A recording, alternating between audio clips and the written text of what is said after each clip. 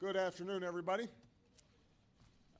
Yesterday, before votes were tallied, I shot a video that some of you may have seen in which I said to the American people, regardless of which side you were on in the election, regardless of whether your candidate won or lost, the sun would come up in the morning. And that is one bit of prognosticating that actually came true. The sun is up, and I know everybody had a long night. I did as well. I had a chance to talk to President-elect Trump last night, about 3:30 in the morning, I think it was, to congratulate him on winning the election, and I had a chance to invite him to come to the White House tomorrow to talk about making sure that there is a successful transition between our presidencies. Now, it is no secret that the President-elect and I have some pretty significant differences. But remember, 8 years ago, President Bush and I had some pretty significant differences. But President Bush's team could not have been more professional or more gracious in making sure we had a smooth transition so that we could hit the ground running. And one thing you realize quickly in this job is that the presidency and the vice presidency is bigger than any of us. So I have instructed my team to follow the example that President Bush's team set 8 years ago and work as hard as we can to make sure that this is a successful transition for the President-elect. Because we are now all rooting for his success in uniting and leading the country. The peaceful transition of power is one of the hallmarks of our democracy. And over the next few months, we are going to show that to the world. I also had a chance last night to speak with Secretary Clinton, and I just had a chance to hear her remarks. I could not be prouder of her. She has lived an extraordinary life of public service. She was a great First Lady. She was an outstanding senator for the state of New York, and she could not have been a better Secretary of State. I'm proud of her. A lot of Americans look up to her. Her candidacy and nomination was historic and sends a message to our daughters all across the country that they can achieve at the highest levels of politics. And I'm absolutely confident that she and President Clinton will continue to do great work for people here in the United States and all around the world.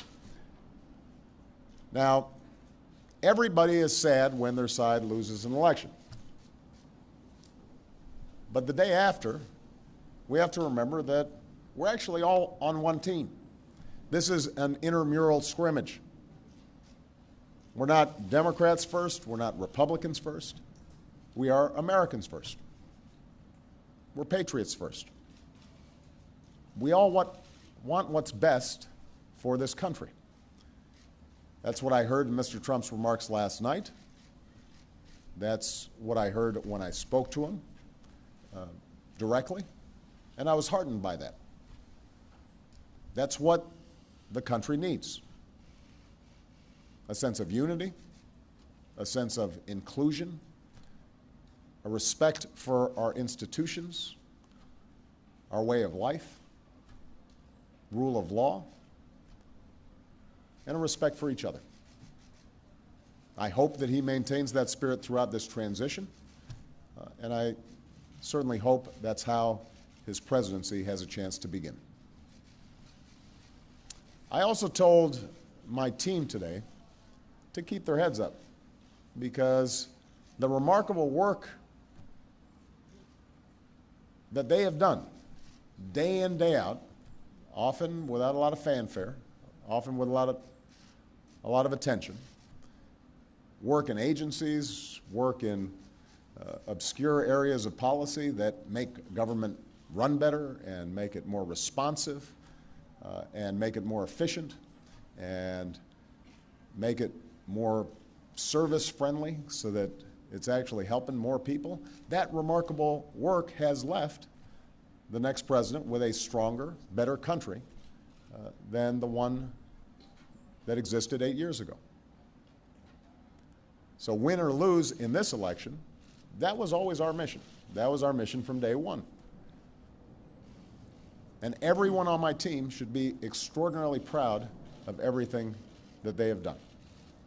And so should all the Americans that I've had a chance to meet all across this country, who do the hard work of building on that progress every single day. Teachers in schools, doctors in an ER clinic, small businesses putting their all into starting something up, making sure they're treating their employees well. All the important work that's done by moms and dads and families and congregations in every state. The work of perfecting this union. So this was a long and hard-fought campaign. A lot of our fellow Americans are exultant today. A lot of Americans are less so. But that's the nature of campaigns. That's the nature of democracy. It is hard and sometimes contentious and noisy. It's not always inspiring. But to the young people who got into politics for the first time and may be disappointed by the results, I just want you to know you have to stay encouraged. Don't get cynical. Don't ever think you can't make a difference. As Secretary Clinton said this morning, fighting for what is right is worth it. Sometimes you lose an argument. Sometimes you lose an election. You know, the path that this country has taken has never been a straight line. We zig and zag, and sometimes we move in ways that some people think is forward and others think is moving back. And that's okay. I've lost elections before. Joe hasn't, but, you know. So I've been sort of sharing. Remember, you beat me badly. That's the way politics works sometimes. We try really hard to persuade people that we're right. And then people vote. And then if we lose, we learn from our mistakes, we do some reflection, we lick our wounds, we brush ourselves off, we get back in the arena. We go at it. We try even harder the next time. The point, though, is that we all go forward with a presumption of good faith in our fellow citizens. Because that presumption of good faith is essential to a vibrant and functioning democracy. That's how this country has moved forward for 240 years. It's how we've pushed boundaries and promoted freedom around the world. That's how we've expanded the rights of our founding to reach all of our citizens. It's how we have come this far. And that's why I'm confident that this incredible journey that we're on as Americans will go on. And I'm looking forward to doing everything that I can to make sure that the next president is successful in that. I've said before, I think of this job as being a relay runner. You take the baton, you run your best race, and hopefully by the time you hand it off, you're a little further ahead. You've made a little progress. And I can say that we've done that, and I want to make sure that handoff is well executed because ultimately we're all on the same team. All right. Thank you very much, everybody.